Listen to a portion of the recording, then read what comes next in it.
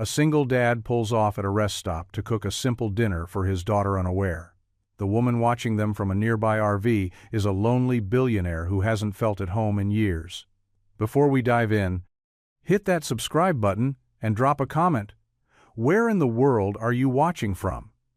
The sky had turned the color of steel wool, a dull gray that pressed low over the cracked stretch of highway. Wind whispered through the brittle trees that lined the edge of the rest stop, carrying the dry scent of dust and pine needles. It was the kind of place most people passed without a second glance, just a faded picnic table, a rusted trash can, and a patch of grass trying its best to survive the season.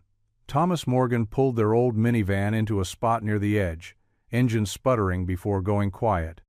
He sat for a moment, hands resting on the wheel, watching as his daughter, Lily, unbuckled her seatbelt and bounced in place with the kind of energy only an 8-year-old could muster after a long drive. "Can we eat now?" she asked, her voice lifting with hope. "Yeah, kiddo," he said, forcing a tired smile.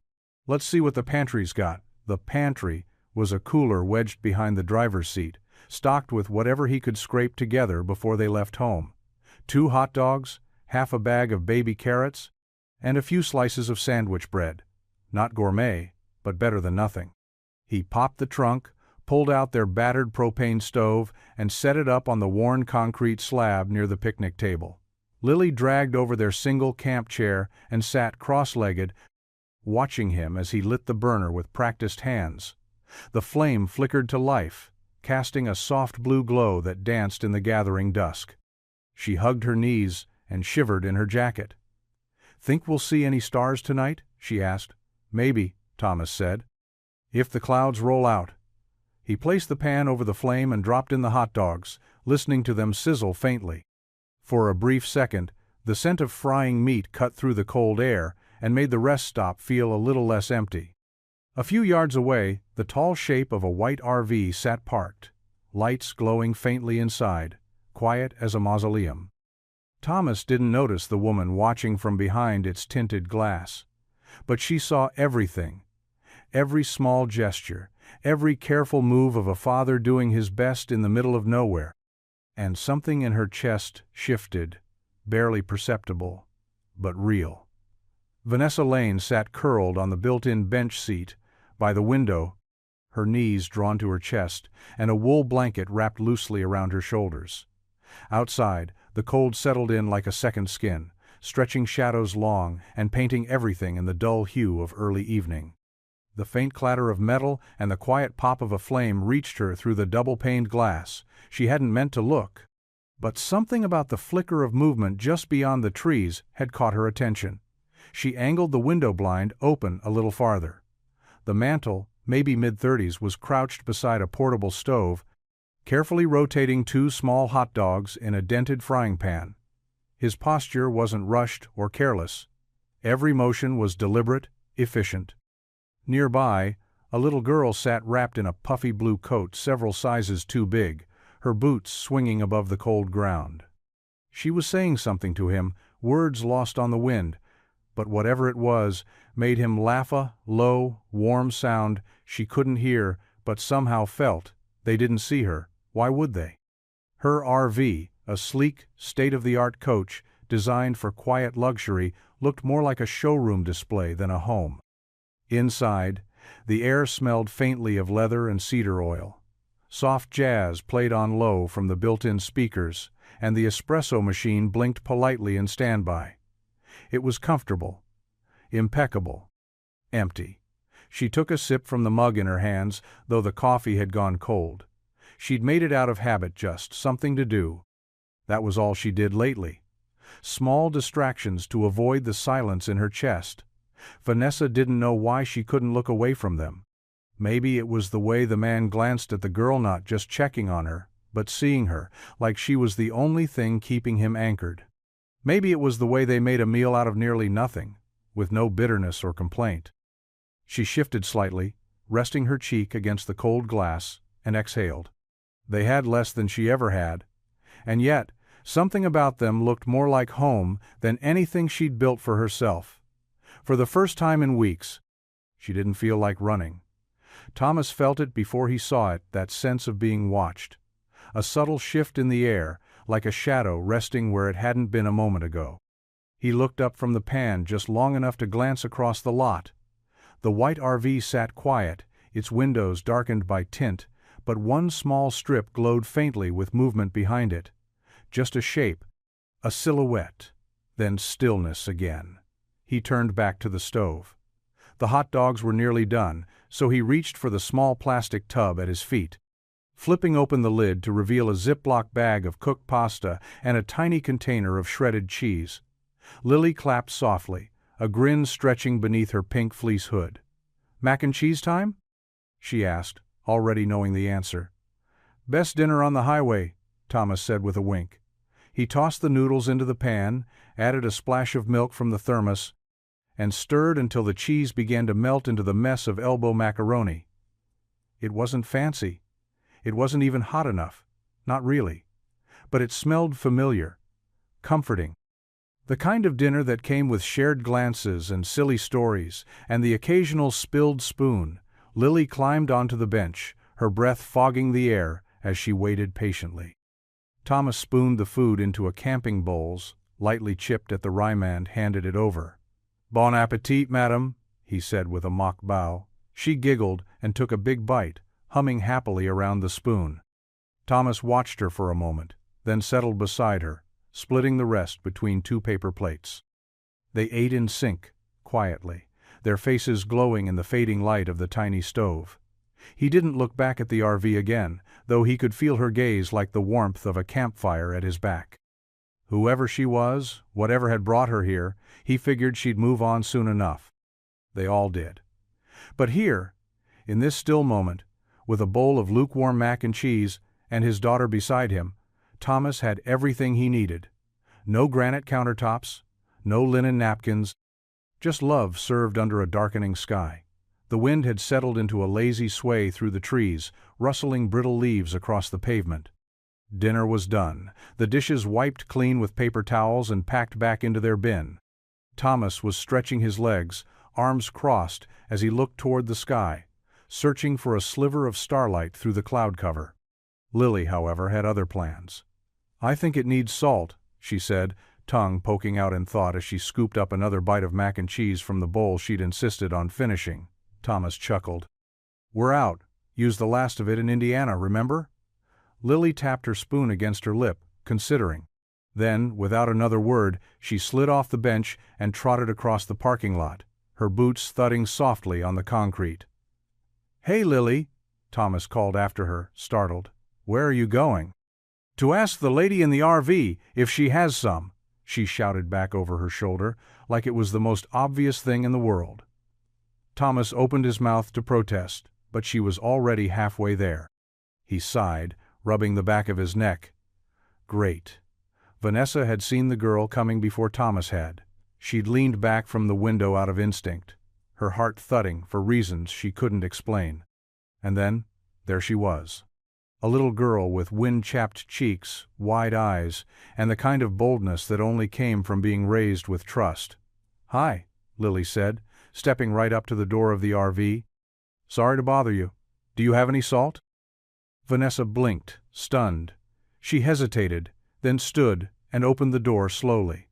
The cold crept in like a whisper as she stepped down, blanket still wrapped around her shoulders. "Salt?" she asked, confused but amused. "For mac and cheese. It's good, but not great," Lily said matter-of-factly. Vanessa smiled in spite of herself. "I might have some." Her voice softened. "Would you like me to bring it over?" Lily lit up. "Want to come with me? My dad made dinner. It's okay if you're hungry." Vanessa hesitated, then nodded, for the first time in a long while. She crossed the line between watching and being seen. Vanessa followed Lily across the lot, the tips of her boots catching tiny pebbles as she walked.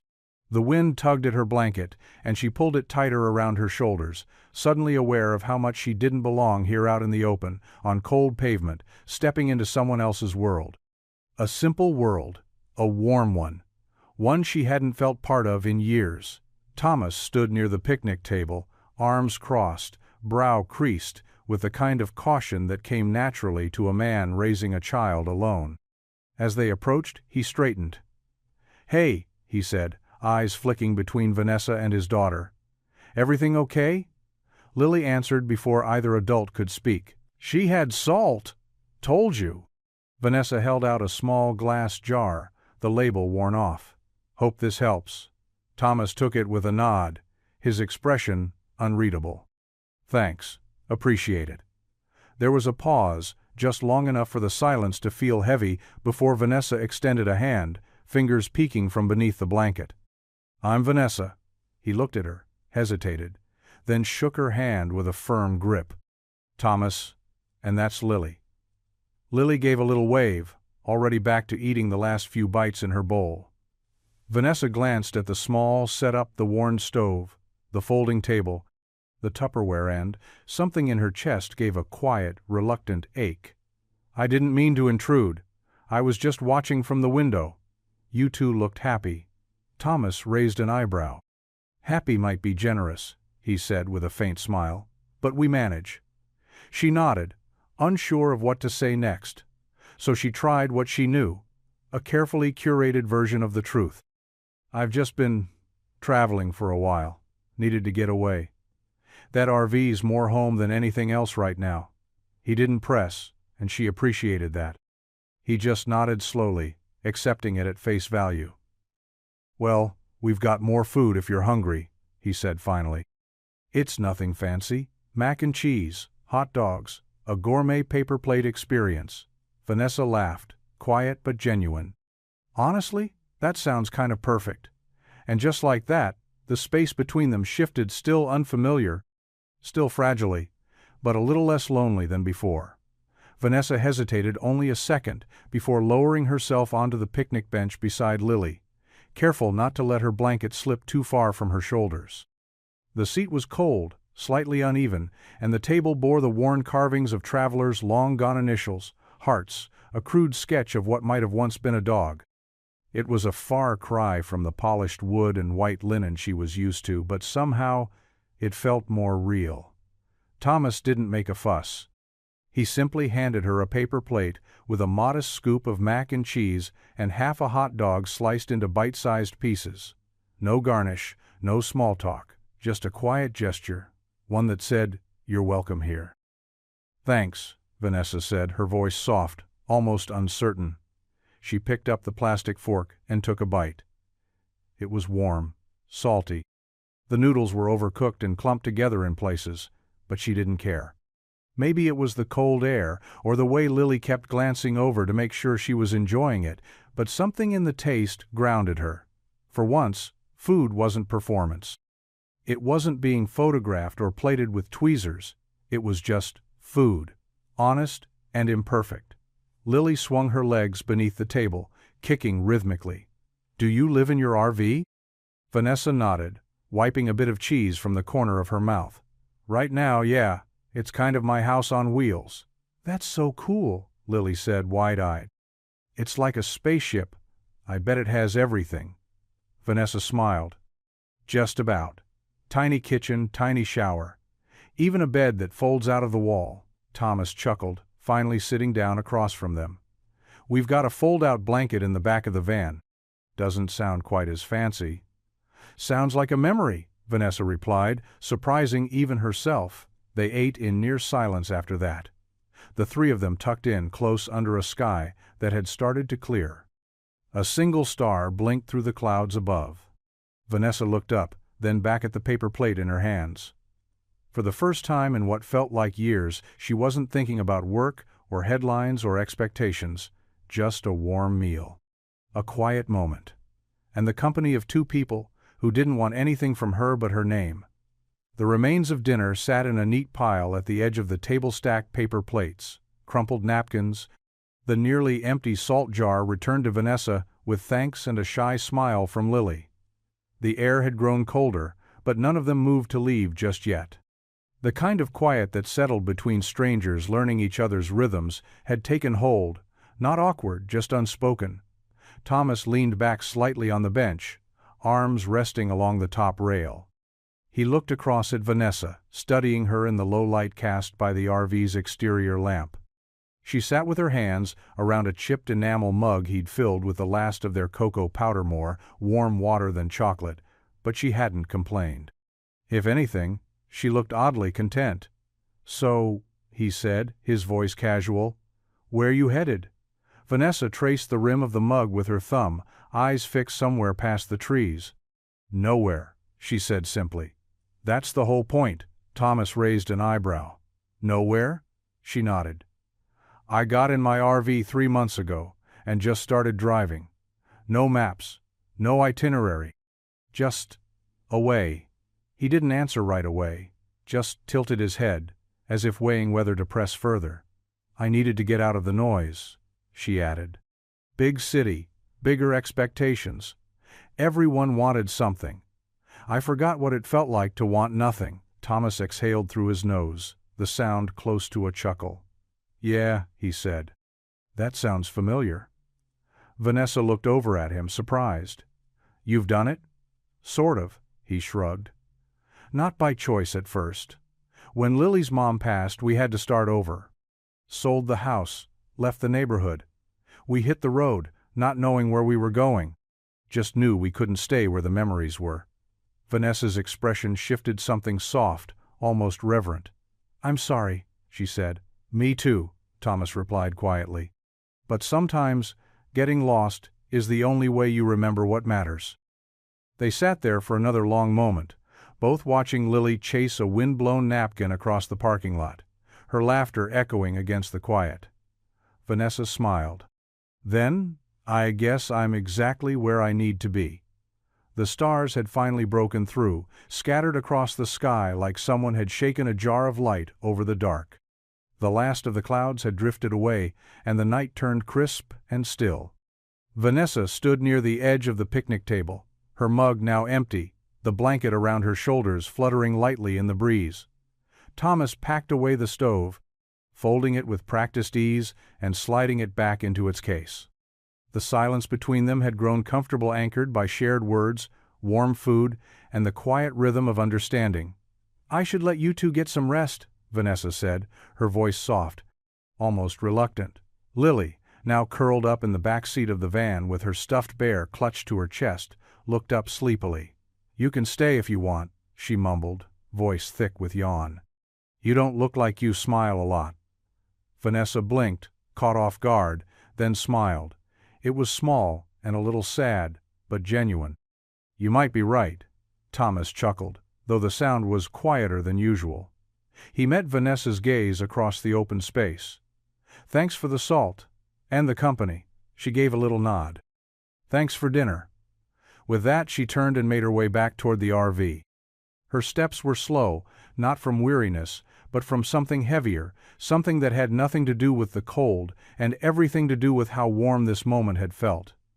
Thomas watched her go, the soft glow of the RV's lights swallowing her up as she stepped inside and gently closed the door. The lot dimmed a bit without her there. He shut the van door quietly and climbed into the front seat. Lily stirred in the back. "She's nice," she murmured, "but she's lonely." Thomas stared out the windshield toward the RV. The silhouette of Vanessa passed briefly behind the window, then vanished again into shadow.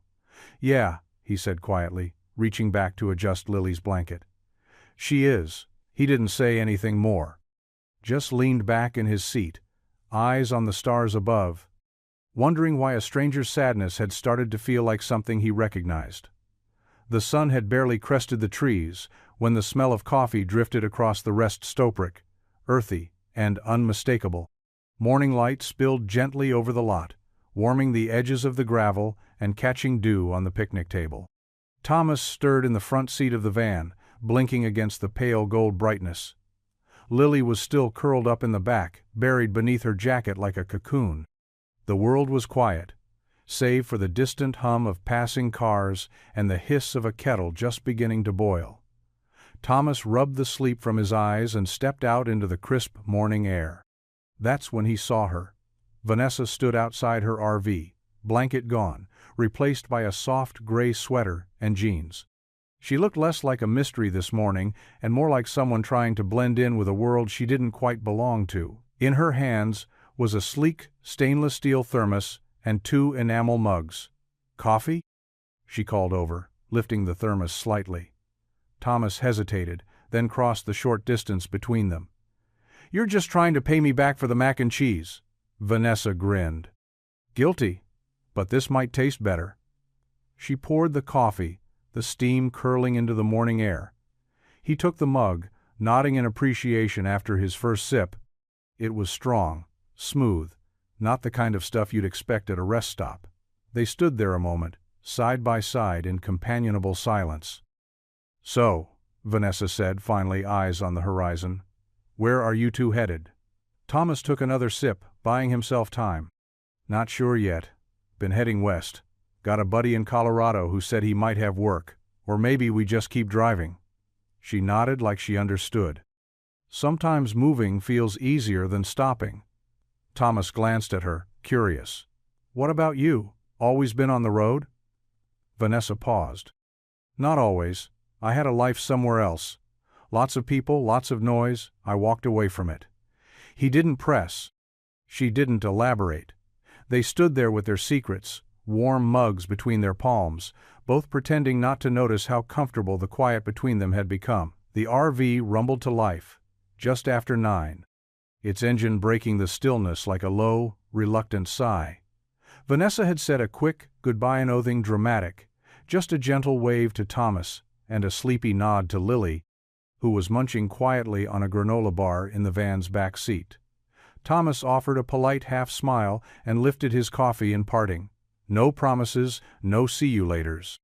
Just the quiet understanding that most people pass through. That's what this place was, a stop, not a destination. Vanessa pulled onto the highway, merging into the slow lane as the trees began to blur beside her. The RV was warm. The air scented faintly with cedar and roast coffee, but she couldn't shake the cold that had settled in her chest. She told herself it made sense to leave. She had no reason to stay, no connection to the man with the tired eyes and steady hands. No ties to the little girl who had offered her a seat like it was the most natural thing in the world. But 3 miles down the road, she eased her foot off the gas. She could still see them, Thomas cooking over that little stove, brushing the hair out of Lily's eyes, serving up a dinner that tasted like kindness. She could still feel the honesty in their silence. The way her name had sounded when Lily said it, not like it belonged to a woman on magazine covers, but like it belonged to someone who mattered for real reasons. The highway stretched ahead, long and lonely. A straight shot to more miles, more quiet nights in more empty places. Vanessa slowed, turned on her signal, and pulled onto the shoulder. Her hands hovered over the wheel, unsure. She could keep going. That would be easier. Cleaner. Safer. But instead, she turned the RV around. No fanfare. No music swelling dramatically. Just the hum of rubber on asphalt, and the steady pull of something that didn't quite make sense but felt right anyway. She didn't know what she'd say when she got back. Maybe she wouldn't say anything at all, but for the first time in months, she wanted to be somewhere with someone not just passing through. The RV's back right tire gave out with a low, muffled thump thump thump, just as Vanessa re-entered the rest stop lot. The steering wheel tugged gently in her hands, and the vehicle groaned its discontent as she coasted to a stop on the gravel. She sat there for a second, gripping the wheel, forehead resting against the heel of her hand. Of course, the tire would go. She'd just turned around, made the one choice she hadn't been making for months, and now she was paying for it with a flat and a bruised ego. She exhaled, pulled the parking brake, and climbed out. Thomas had noticed the RV returning. He'd been reorganizing the minivan's back hatch, trying to find Lily's missing sock when he heard the noise. By the time Vanessa stepped out, frustration plain on her face, he was already walking over. "Trouble?" he asked, his tone light, casual. Not mocking, just offering. She looked over at him, lips pressed into a tight line. "Apparently I made a wrong turn back to you, and fate decided to punish me with a tire that hates me." Thomas crouched beside the RV, eyes scanning the damage. "It's not too bad, just flat, not shredded." She raised an eyebrow. "You can tell the difference by looking?" "I can tell the difference by the way it sounds," he said, standing again and dusting his hands off. "Pop the storage hatch. You got a jack?" Vanessa blinked. "I think so, probably." He gave her a quick smile. "Go ahead and check. I'll make it work." Within minutes, Thomas was flat on his back beneath the RV, sleeves rolled to his elbows, working with steady hands. Vanessa hovered awkwardly nearby, hands stuffed in her sweater pockets. "You do this often?" she asked. "Flat tires?" he said, voice muffled. "Enough times to stop counting. Big rigs, sedans, old farm trucks, they're all just nuts and bolts." She watched him, how methodical he was, how calm. No showing off, no complaints, no need to be thanked. Just fixing what needed fixing. "You're not used to people doing things for you, are you?" he added after a beat. Vanessa stiffened, caught off guard. "No, I guess I'm not." Thomas didn't say anything else. He just kept working. And, for the first time, in a long time, Vanessa let someone help without negotiation, without conditions. Just trust. By the time Thomas tightened the last lug nut and lowered the jack, the morning sun had warmed the pavement enough that the chill had faded from the air. Vanessa stood nearby, one foot tapping lightly, her arms crossed, but her posture had softened. She wasn't pacing or checking her phone. She wasn't even pretending to be busy. She was watching him. "Good as new," Thomas said, rising and brushing dust from his jeans. "Though you might want to have the rest of your tires checked before too long. These look like they've seen better miles." Vanessa offered a sheepish smile. "Probably a fair assessment of most things in my life right now." He chuckled at that, then stepped back to give her space to inspect the job herself. Not that she could tell.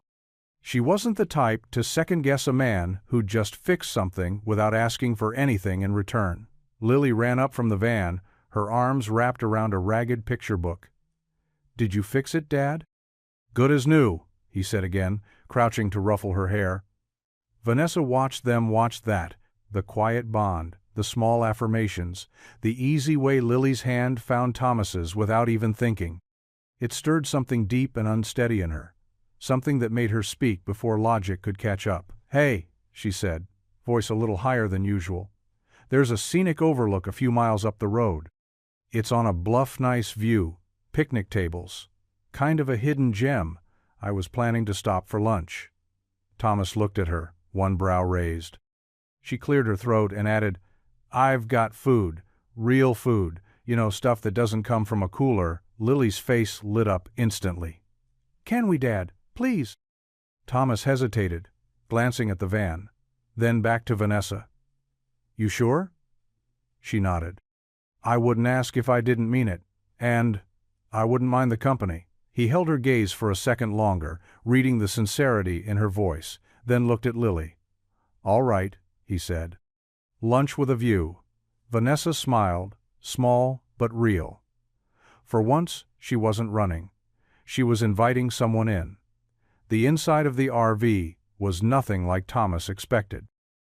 Lily gasped the second she stepped in, her boots thumping softly against the polished floor. "Whoa," she whispered, spinning slowly as her eyes drank in the glossy white cabinets, recessed lighting, and soft leather seating that wrapped around a built-in dining nook. Vanessa smiled, watching her take it all in like it was a castle on wheels. "You can sit wherever you like," she said, motioning toward the couch. "Just mind the step by the kitchen. I always forget and stub my toe." Thomas followed, slower, ducking slightly as he stepped through the door. His gaze moved across the space with quiet calculation, like a man trying to catalog every luxury without appearing impressed. The RV was spotless, elegant, and stocked. It didn't look like a wanderer's home. It looked like it belonged in a magazine spread. "This is nice," he said, carefully neutral. Vanessa laughed under her breath as she moved toward the small kitchen. "You can say ridiculously over the top.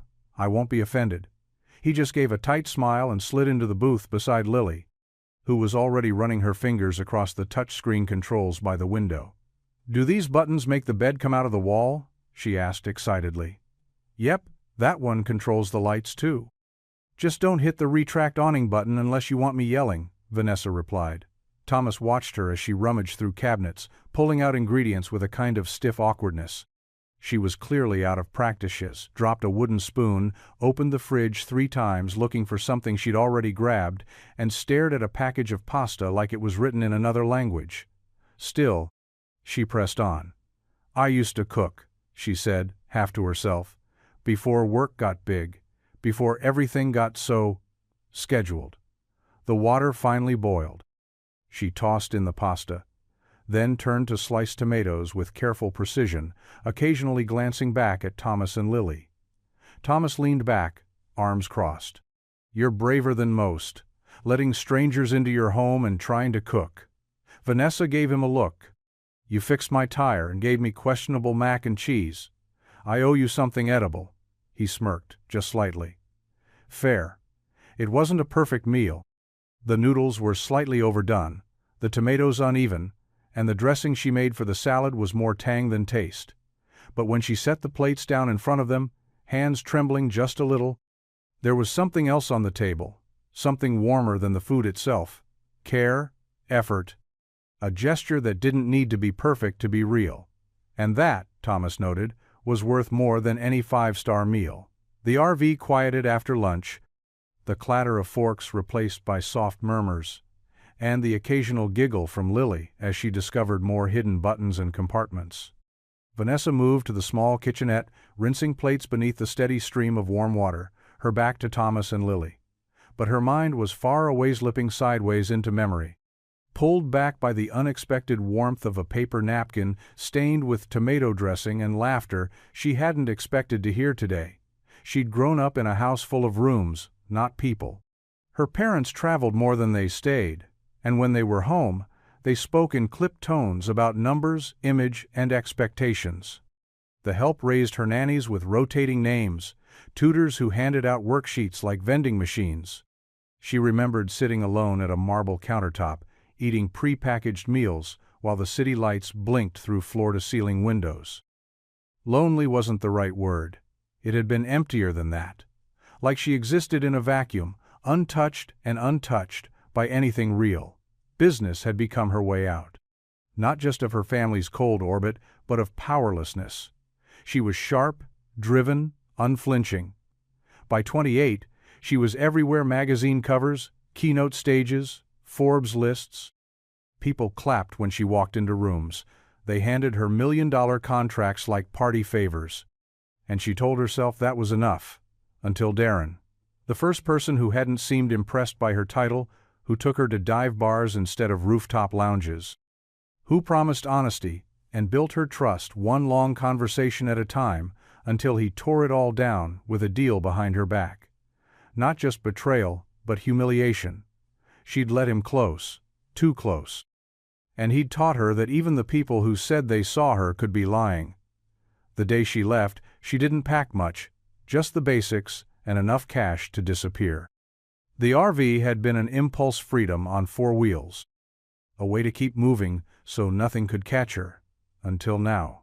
She looked over her shoulder, watching Thomas quietly explain something to Lily, his voice low, steady. Their bond was unshakable. Built on something real, something she'd never had, something she didn't trust herself to want. But here she was. Still here. Still watching. Still wondering. The afternoon sun slanted low, filtering through the RV windows in warm, drowsy light. Lily had finally worn herself out exploring, and had curled up on the couch with her book, her head nestled into the throw pillow like she belonged there. Her boots lay on the floor, one on its side, and her tiny socked feet twitched now and then as she read.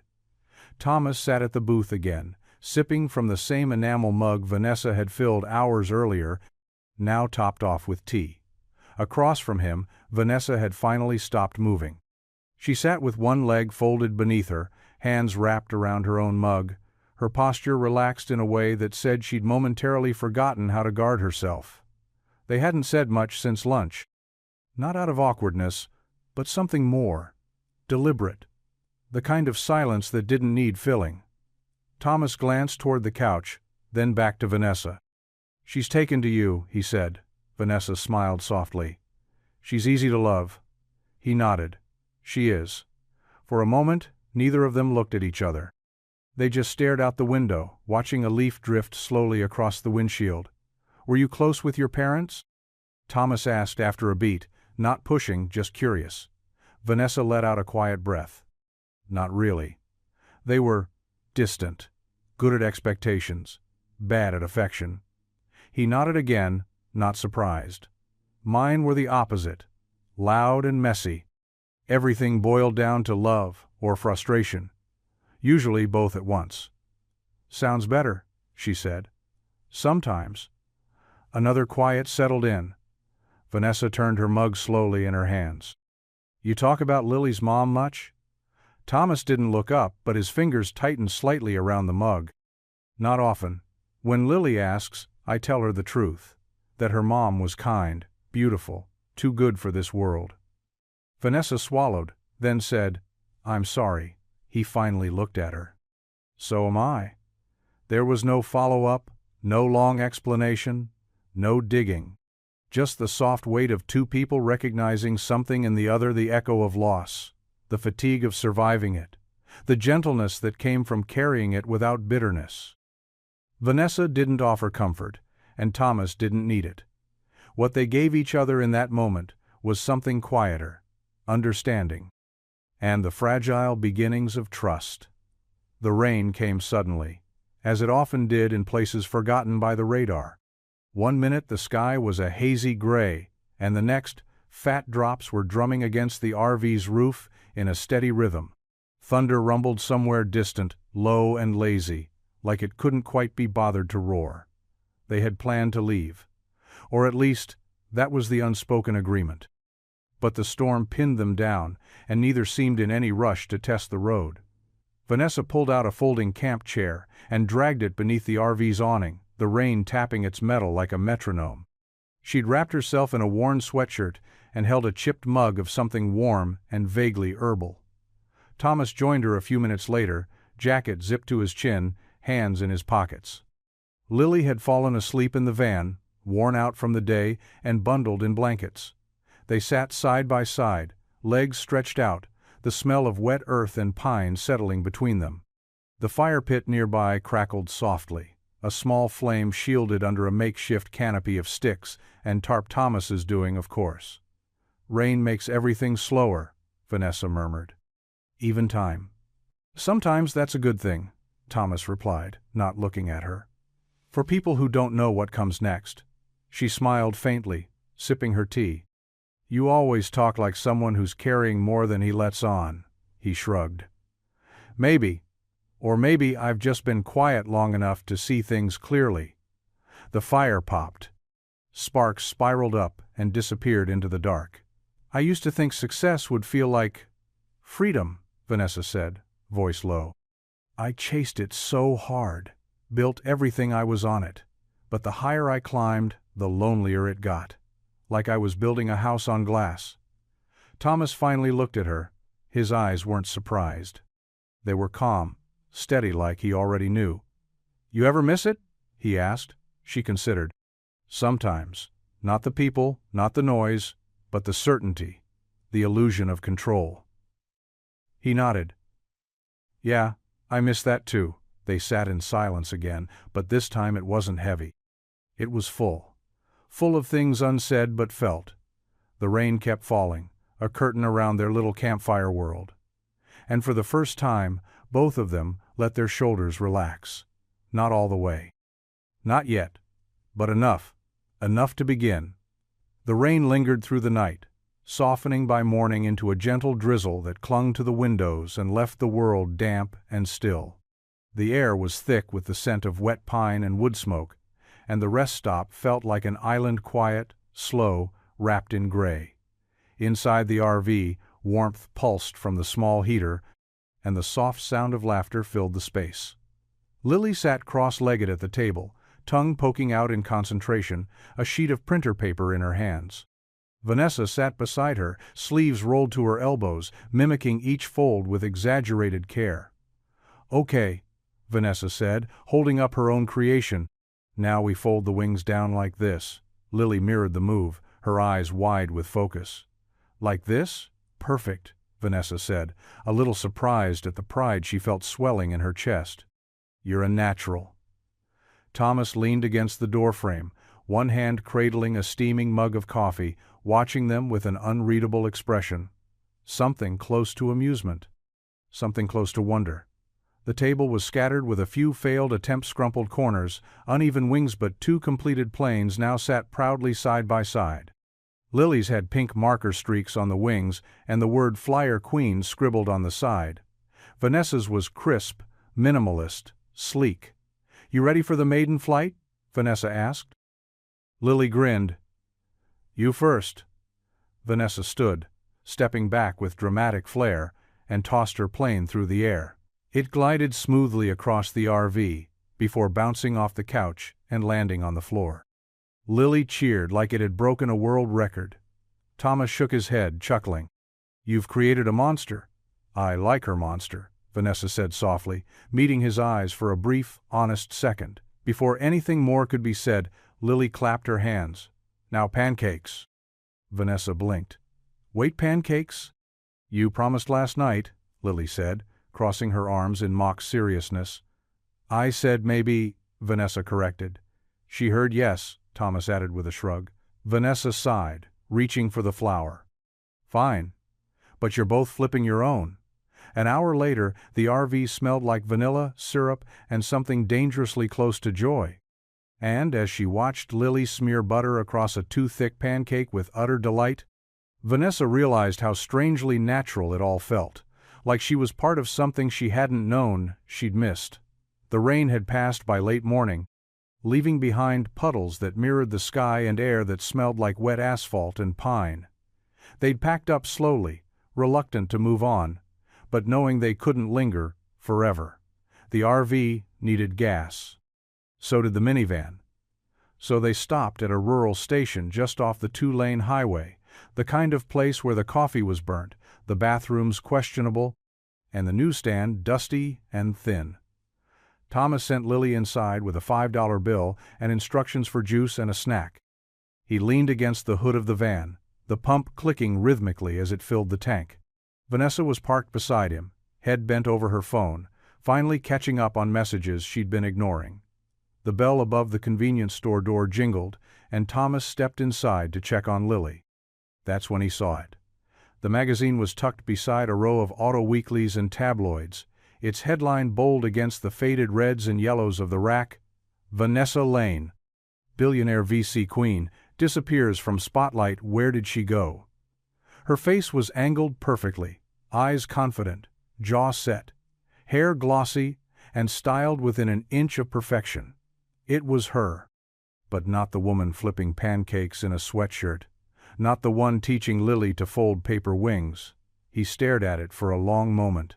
Lily tugged at his sleeve, holding a bag of pretzels and a juice box. Can we get gummy worms too? Thomas blinked. Yeah, sure, kiddo, go ahead. He grabbed the magazine, almost without thinking, and folded it under his arm. He didn't know why, maybe curiosity, maybe clarity, maybe a need to see the version of her the world thought they knew. Back outside, Vanessa looked up as he approached. Everything okay? Yeah, Thomas said, handing Lily her snacks.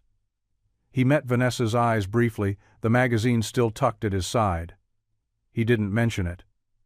Not yet. But something had shifted. Not anger. Not disappointment. Just a sudden awareness.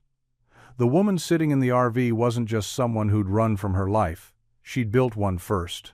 And the whole world had been watching. The sun dipped low by the time they parked at another quiet rest stop, this one nestled against a low ridge of pines and boulders, the sky streaked in soft gold. Lily had fallen asleep in the van, a half-empty juice box still cradled in her lap, head tilted against the window. Thomas didn't wake her. Instead, he walked slowly to the RV, the magazine rolled in his hand like a reluctant question. Vanessa was inside, seated at the table, laptop open but untouched. She looked up when the door opened, and her smile faltered the moment she saw the expression on his face. He stepped inside, closed the door behind him, and placed the magazine on the table. Her face on the cover stared up at her, perfect, polished, poised. A version of herself she hadn't seen in months, and one she had no desire to return to. Thomas stood with his hands in his pockets, saying nothing at first. Vanessa stared at the glossy page, then sighed, pushing it gently aside. I wondered when this moment would come. You could have said something, Thomas said, not cold, just quiet. I know, she replied. I almost did. A dozen times. But every time I started, I imagined how it would change everything. He nodded once, slowly. It does. Vanessa looked out the window. The trees rustled faintly in the wind, and the sky deepened into twilight. I spent years being that woman, she said. The one in the article. Always moving, always building, always proving something. To who? He asked. To everyone, she said. To my parents, to the investors, to myself. I didn't stop until I woke up one morning, in my own penthouse, and realized I hadn't had a real conversation in weeks, just emails, meetings. People smiling while they calculated what they could get from me. Thomas watched her, his jaw tight but his eyes softer now. I wasn't running from fame, she continued. I was running from being a product, a paycheck. I didn't want to be seen as a brand anymore. I just wanted to be. She turned back to him. You and Lily. You never looked at me like I was worth something because of what I have. That's why I stayed. Silence settled between them again, heavier than before, but not sharp. Not accusing, just real. Thomas exhaled slowly. I don't care about the articles, or your bank account, but I do care about the truth. Vanessa nodded. You have it, all of it. He didn't say more. He didn't need to. For the first time, they were on level ground. No titles, no secrets. Just two people, carrying the weight of who they'd been, and deciding what came next. The next morning was quiet. Too quiet. The kind of quiet that settles after something has shifted, even if no one says it out loud. The air between them wasn't cold exactly, but it had thinned, like a window left open just enough for doubt to drift in. Thomas packed the van slowly, methodically, checking straps twice and reorganizing bins that didn't need reorganizing. Lily bounced around as usual, completely unaware of the tension. She chattered about the squirrels she'd spotted near the trees and asked if they could make paper airplanes again later. Vanessa smiled and nodded, but her eyes kept drifting to Thomas. He hadn't really looked at her since the magazine. Not the way he had before. Not with that open steadiness that made her feel like she could breathe again. He was polite still, helpful still. But there was a new distance in his posture, in the way he answered her with short phrases and averted glances. A quiet wall had gone up, and she felt every brick. When she offered him coffee that morning, he took it with a quiet thanks and nothing more. She wanted to ask what he was thinking, wanted to push past the silence and just name it for what it was. But part of her was afraid of the answer, because the truth she had given him, the part of herself she'd buried for so long, might have been too much, or maybe just the wrong kind of truth. She stood by the RV steps, watching as Thomas tied down the last of the gear in the van. His movements were precise, focused, like the act of doing was safer than talking. Thomas, she said quietly, trying. He paused but didn't turn around. Yeah? She hesitated. You okay? He finally looked over his shoulder. His eyes weren't hard, just tired. Guarded. Yeah. Just a lot on my mind. She nodded, even though the answer hurt. Me too. The silence returned, settling between them like a fog. Not hostile, just uncertain. They stood in it, each unsure whether to take a step forward or turn away. And for now, neither did. The rest stop they chose that evening was quiet and sun-dappled, tucked beside a stand of pine trees that caught the golden light just right. It was the kind of place you'd never remember on a map, but Lily would later remember it as magic. She didn't know anyone had remembered. Thomas had, of course. He always did. But this year, he hadn't planned anything. No balloons, no party. Just a promise of pancakes in the morning and maybe a roadside gift if they passed a dollar store. That was all he could manage. And she never asked for more, which was why the sight waiting for her beside the RV took them both by surprise. Streamer soft pastel, one shung gently between two trees, taped carefully to branches with surgical precision. A little folding table had been set up beneath them, draped in a floral bedsheet that had clearly been repurposed as a tablecloth. At its center sat a small cake, homemade, a little lopsided, but glowing with 5 uneven candles plus 3 more, jammed in for good measure. "Happy birthday, Lily," Vanessa said softly. Stepping out from behind the RV, hands still dusted with powdered sugar. Lily gasped, eyes wide. "Is that for me?" Vanessa smiled, kneeling down to her height. "It is. I wasn't sure what kind of cake you liked, so I guessed. There's vanilla and sprinkles, and way too much frosting." Thomas stood frozen, a duffel bag still in his hands. He didn't speak, didn't move, just watched the scene unfold. Lily rushed forward and threw her arms around Vanessa with the abandon only a child could give. "This is the best surprise ever." "I'm glad," Vanessa said, holding her gently. "You deserve a real birthday." Thomas stepped forward finally, setting the bag down by the van. "You didn't have to do all this," he said quietly. Vanessa met his gaze, a flicker of emotion passing behind her eyes. "I wanted to. It felt important." He didn't answer, but something inside him shifted.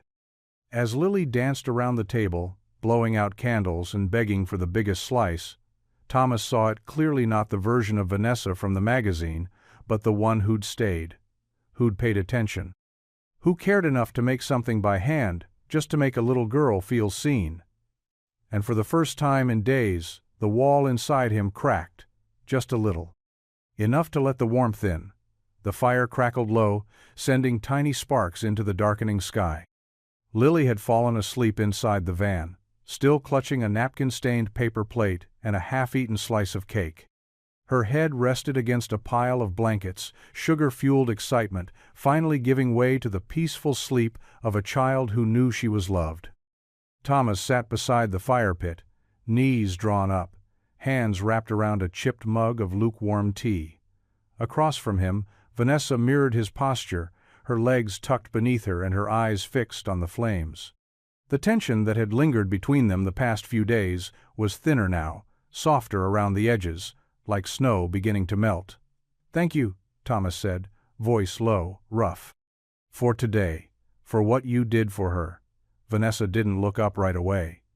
It felt good to do something that didn't come from a calendar alert or a corporate event planner. Thomas smiled faintly. "Well, you nailed it. She won't stop talking about the frosting." Vanessa chuckled. "I think I overdid the sugar." "You did," he said. It was perfect. They sat in silence for a long moment, the kind that carried weight but didn't press too hard, the kind that asked for truth without demanding it. "She's all I've got," Thomas said finally. "After her mom passed, it was like the world shrank to just the two of us.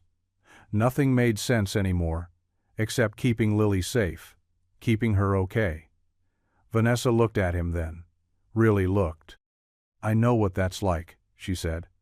"Not the same way, but grief makes everything sharper, quieter, like the volume gets turned down on everything else." He nodded. "You carry it differently than most people." "So do you." She drew a breath. "I lost someone too. Not to death just. Lost them when I realized they never really saw me.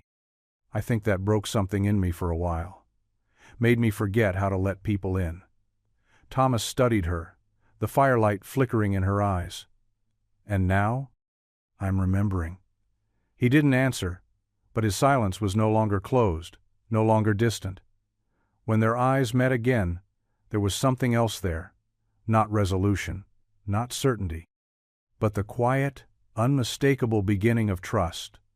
The ice was breaking, and beneath it, something warmer waited. The next morning broke with pale light and crisp air, the sky still shaking off the last of its clouds.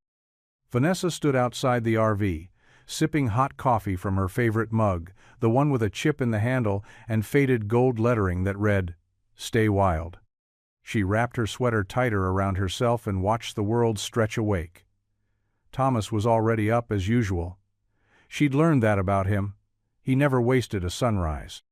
He was checking the van's oil when a rattling sound echoed from the highway entrance.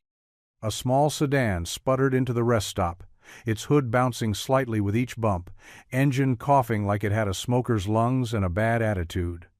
The driver, a man in his 50s with a worried expression and a phone clutched in his hand, pulled in beside the picnic area and popped the hood with a groan. Thomas looked over once, then without a word, grabbed his toolkit. Vanessa followed at a distance, mug still warm in her hands. "Need a hand?" Thomas called out.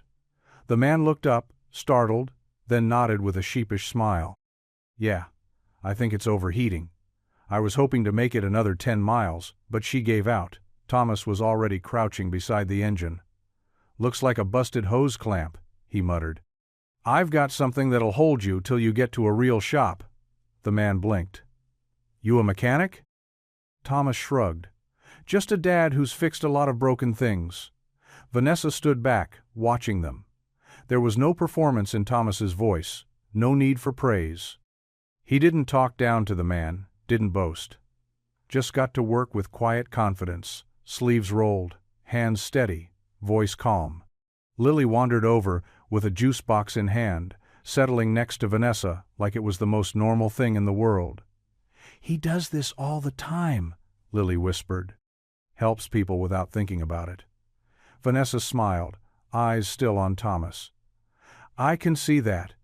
It struck her then, not just the goodness of him, but the ease of it. There was no image to manage here. No boardroom, no PR. Just a man who showed up, again and again, for the people around him. Not because it looked good, but because it was good. And in that moment, watching Thomas wipe grease from his hands with a frayed rag, Vanessa felt a pang of longing she hadn't expected. Not for the life she'd left, but for the one she'd never known she wanted. The rest stop had gone quiet again.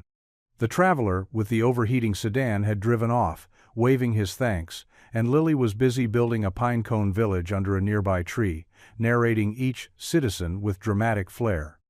Thomas had gone to refill their water jugs, leaving Vanessa alone at the picnic table, her half-finished coffee cooling beside her. That was when her phone buzzed once, twice, then again, persistent and sharp, against the peaceful silence. She glanced down and felt her stomach tighten. Martin Reyes, chairman of the board. A name she hadn't seen on her screen since she left without a word. For a moment, she thought about letting it go to voicemail. Pretending the signal was bad. Pretending she wasn't here at all. But the guilt crept in like a draft under the door. She stood and stepped away, walking toward the edge of the lot. Where the trees grew thicker and the air felt heavier, she answered. "Vanessa." Martin's voice was clipped, all business, as always. "You're alive. That's good to know." "I'm fine, Martin," she said, keeping her voice level. "What's going on?" "You tell me. You disappeared. No one's seen you in months. You ghosted the board, canceled every meeting, and didn't tell your assistant where you were going."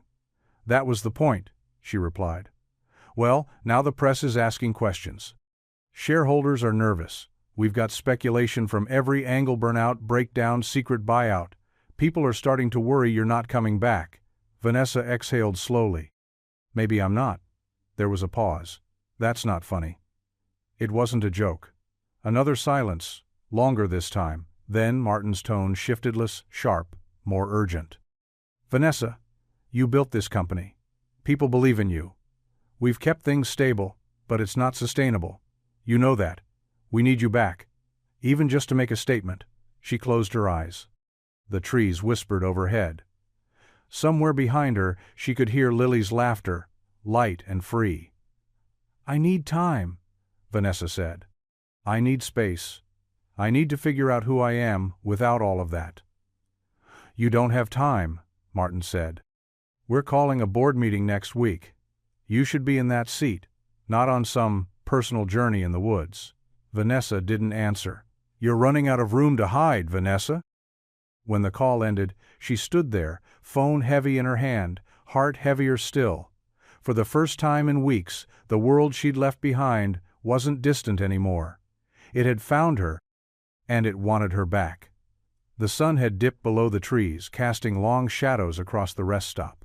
The light turned amber, warm and fleeting, like the end of something beautiful you didn't want to let go of. Vanessa stood near the RV, arms folded, leaning against the side like it was the only thing holding her up. Her phone was tucked away, but the weight of the call still pressed on her shoulders like a second gravity. Thomas sat at the picnic table, drying out Lily's damp socks near the fire pit.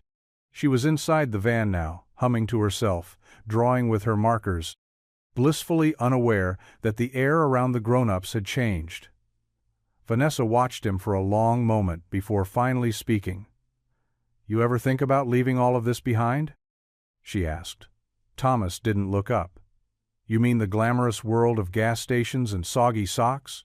She smiled, but only briefly. "I mean, really leaving. Starting over. Somewhere that doesn't come with limits. Somewhere that isn't always scraping by." Now he looked at her. Slowly, steadily. "What are you saying?" Vanessa stepped forward, nervous in a way that felt unfamiliar. "I've got money. Too much of it, probably. I've got connections, land, ideas, things I never wanted to do alone. I'm not asking you to fix anything for me, Thomas. I'm asking if you'd consider building something with me." He said nothing, just studied her with the same quiet eyes that had seen through the polished version of her from the very beginning. "I know it's fast," she added quickly. "I know you don't trust easily. I wouldn't either. But I've seen the way you live, the way you care. You're exactly the kind of person the world needs more of, and if I'm going to go back to it, I want to do it on my terms. With people who matter." Thomas stood, brushing his hands on his jeans, the fire casting flickers of gold along his jawline. "You're talking about two different worlds," he said. "You don't just stitch them together." "I'm not asking for stitches," Vanessa said softly. "I'm asking for a chance."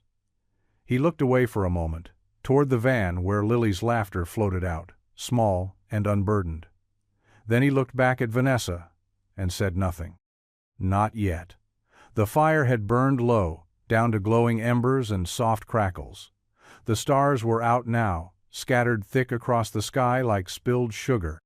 Thomas stood with his hands deep in his jacket pockets, the night pressing in around him, colder than the one before.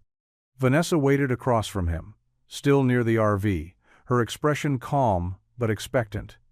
He wanted to say yes. He really did.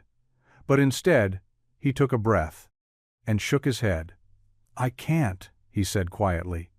Vanessa's eyes searched his face. "Because you don't trust me?" "No," he said, and his voice was steady. "Because I don't trust what it would cost." She flinched at that, just slightly. "I've spent the last few years holding things together with duct tape and hope," he continued. "Every choice I make, I ask myself if it keeps Lily safe, if it keeps her stable. I can't throw her life into something unproven because it sounds good in the moment." "I'm not offering a fantasy, Thomas," Vanessa said. "This isn't some fairy tale ending. It's real. I'm real. And I'm asking you—" "I'm not a project," he interrupted, his voice firmer now. "And I'm not a man you scoop up because you feel something you didn't expect to feel." Vanessa's jaw tightened. "You think that's what this is? Charity?" "I think it's complicated," he replied. "And maybe too fast for someone like me to trust." He looked down at his hands, calloused and rough, then toward the van where Lily slept soundly, her small world folded into the back seat. "She's already lost one parent," he said. "I can't afford to lose what little footing we have chasing something that might not stick." Vanessa nodded slowly, blinking hard. "I get it. I do." The space between them stretched wide, not angry, not bitter, just full of everything they weren't ready to carry together. "I'm not saying goodbye," she said finally. Thomas nodded. "I'm not either, But he stepped back, into the quiet, into the safety of what he knew. Because for men like him, dignity sometimes looked a lot like walking away from something they wanted just to protect the thing they couldn't risk losing. The morning was quiet in that heavy, final kind of way, where even the birds seemed to sing softer, as if they sensed something was ending. Vanessa stood beside the RV, her bag slung over one shoulder, the keys in her hand trembling slightly. The sun filtered through the trees, casting long slashes of gold across the pavement, painting shadows that felt more like borders than light. Thomas was helping Lily tie her shoes by the van, trying to keep his voice cheerful, trying not to look toward the woman who had, in such a short time, felt like a piece of something lost and suddenly found again. Vanessa didn't want to go. Every fiber of her body screamed to stay, to fight harder, to find some other way to make this work. But the space between what she could offer and what he could accept was too wide. She'd seen it in his eyes, the hesitation, the fear, the unspoken vow that he couldn't risk letting Lily's world tilt again. Not even for something that felt like love. She took a breath, then crossed the lot slowly. "I'm heading out," she said. Voice too even, too controlled. Thomas looked up and met her gaze. Nodding once. "Drive safe." There was a long pause. Then Lily looked up, brow furrowed, confusion settling in as she scanned their faces. "You're leaving?" she asked, stepping forward. "Why?" Vanessa crouched to meet her. "Because sometimes grown-ups don't always know how to stay, even when they want to." Lily's lower lip quivered. "But we're supposed to have pancakes again." "I know, sweetheart." Vanessa smiled, but her voice cracked. "I wish we could." Lily's arms wrapped around her neck in an instant. Tight. Desperate. "Can't you just come with us? Or we go with you? We could be together." Vanessa closed her eyes, holding her close. Her voice was a whisper. "I want that so much." Thomas stood frozen, watching his daughter cry into Vanessa's shoulder, and though his heart clenched, he didn't stop her. He couldn't. Vanessa kissed Lily's forehead, then gently pulled away. "Goodbye, baby girl." Lily cried as the RV pulled out, waving through her tears. And Thomas stood beside her, silent, hand on her shoulder, trying not to cry himself. But deep down he knew she had taken something with her, and left something behind. The days that followed fell into quiet, predictable rhythm. Wake up, make coffee, pack the van, fix what was broken, drive, sleep, repeat. Thomas returned to the road like a man slipping into an old coat familiar, worn, a little too tight in the shoulders. He and Lily moved from one rest stop to another, one small town to the next. He picked up odd jobs, brake pads, oil changes, a busted water pump on a tractor outside of Tulsa. Enough to keep gas in the tank and food in their cooler. Enough to get by. But something had changed. The silence was heavier now, not from grief, but from absence. Vanessa didn't come up in conversation, not even once. He didn't tell Lily to forget. He didn't tell her anything at all. But when she mentioned the RVer voice dipped, softer, careful, like she wasn't sure if saying the name out loud would make her dad sad. It would have. Thomas would wake some mornings before the sun rose, sitting on the edge of the van's front seat, holding a lukewarm cup of coffee, staring at nothing in particular. He'd watch the horizon like it might hand him an answer he didn't have the courage to ask for. Vanessa was everywhere and nowhere. In the way Lily hummed when she colored. In the folded paper airplane still tucked into the glove box. In the sweetness of syrup when Thomas made pancakes one morning out of guilt more than celebration. He told himself he'd made the right choice. That stability mattered more than dreams. That protecting Lily was his purpose, and anything that threatened that, no matter how kind or beautiful, wasn't worth the risk. But at night, when Lily was asleep and the world was still, Thomas would sometimes pull over on a quiet stretch of highway, turn off the engine, and stare into the dark. And he'd wonder not loudly, not with regret, but with quiet HF, letting her go, had been an act of love or of fear. Either way, she lingered. And so did the space she left behind. It was late afternoon when Thomas pulled the van into the dusty parking lot of a roadside laundromat in a town so small the welcome sign doubled as the goodbye. The sun was high, casting a sleepy amber over everything, and Lily was stretched out in the back seat, drawing shapes into the condensation on the window with her finger. They hadn't planned to stop long. Just laundry, a quick rinse of the dishes, maybe a hot meal if the local diner didn't mind a wriggly 8-year-old and a man who paid in cash. But when Thomas opened the driver's side door, he noticed something tucked into the metal latch of the mailbox beside the laundromat's vending machine. At first, he thought it was junk mail, forgotten or misplaced. But then, he saw his daughter's name, Lily Morgan, written in neat, careful handwriting. No return address, just her name. He pulled it free, turning it over, scanning for any sign of who it was from. But he didn't need to. He knew. "Lily," he said softly, stepping around the van. She looked up, curious. "Yeah? You got a letter." Her eyes lit up as she sat up straight. "Me? Who would send me a letter?" He handed it to her slowly. She tore the top open carefully, like it might be fragile. Inside was a single folded sheet of thick paper, pale blue. On it, drawn in bright crayon strokes, was a paper airplane with little dotted lines trailing behind it like it was soaring. And next to it, in Vanessa's looping script, "Still flying. Come find me if you're ready." Lily stared at it for a long moment, then looked up at her dad. Her eyes were wide, soft with hope. "Does this mean we can go?" she asked, her voice barely above a whisper. Thomas didn't answer right away. He took the letter gently, held it in his hands, and read the words again. A paper airplane. A challenge. A promise. A door still open. His throat tightened, and all he could manage was a quiet "maybe."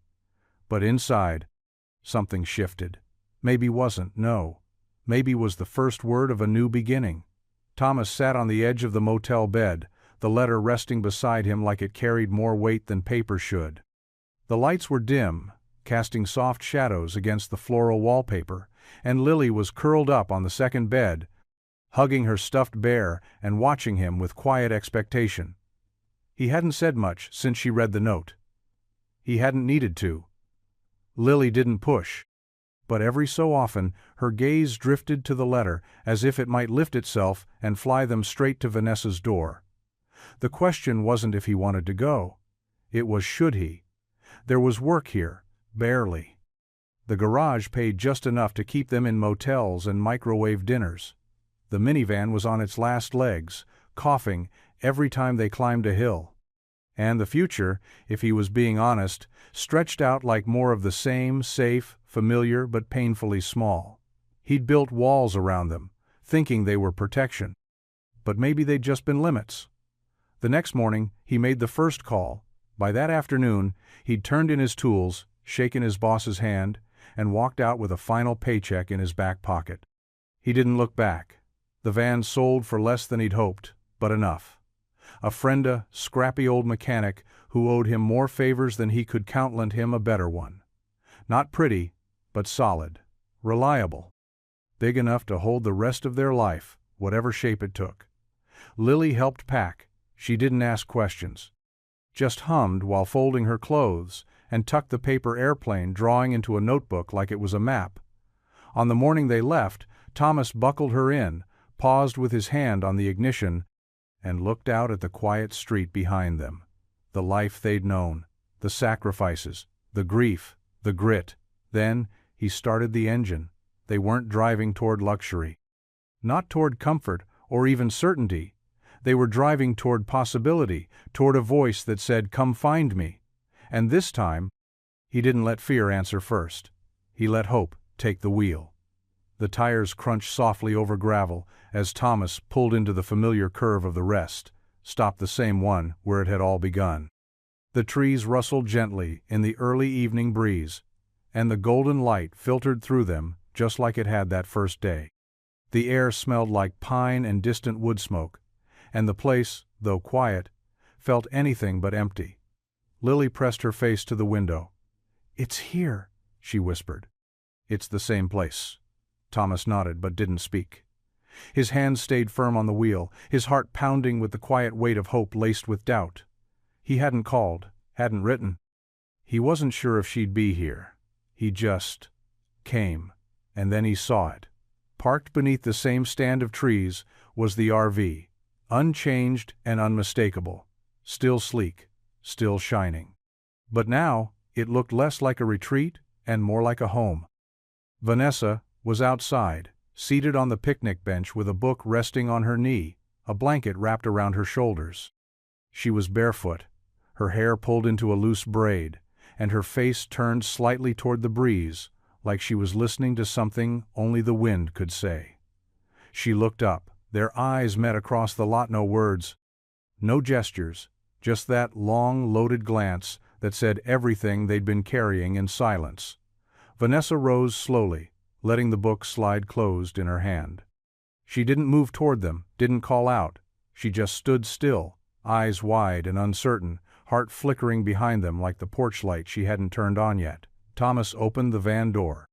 Lily was already unbuckling, practically bouncing in her seat. "Can I go to her?" she asked, breathless. He nodded. "Go." Lily sprinted across the pavement, arms outstretched, a blur of boots and joy. Vanessa dropped the book and knelt just in time to catch her, both of them laughing, crying somewhere in between. Thomas stepped out of the van, slower, quieter. Vanessa looked up, her arms still wrapped around Lily, and met his gaze again. Still no big speech. Just the kind of look that asked, "Are you here to stay?" And in the stillness, Thomas gave the smallest nod, yes. And for once, that was enough. The sky blushed pink and orange as the sun dipped below the trees, casting long golden fingers across the clearing. The rest stop hadn't changed, it was still just a patch of gravel, a wooden table, and a few stubborn pines leaning against the wind. But tonight, it felt different, warmer, brighter, alive. Thomas knelt beside the same old portable stove, hands moving with quiet familiarity. He sliced peppers and onions on a cutting board balanced across his lap, a small cooler open beside him. Lily darted between the van and the picnic table, setting out mismatched utensils with the focus of a kid on a mission. Vanessa sat nearby, her legs tucked beneath her, sleeves rolled up, peeling garlic with clumsy fingers and a small grin. "You sure you want me doing this?" she asked, holding up a crushed clove. Thomas smirked.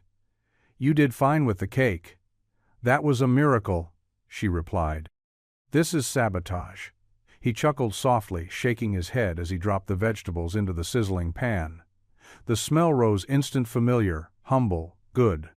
He stirred, the rhythm of it grounding him. They didn't talk about the weeks apart. Didn't try to explain or unpack what had already been felt in that long look across the lot. There was no need.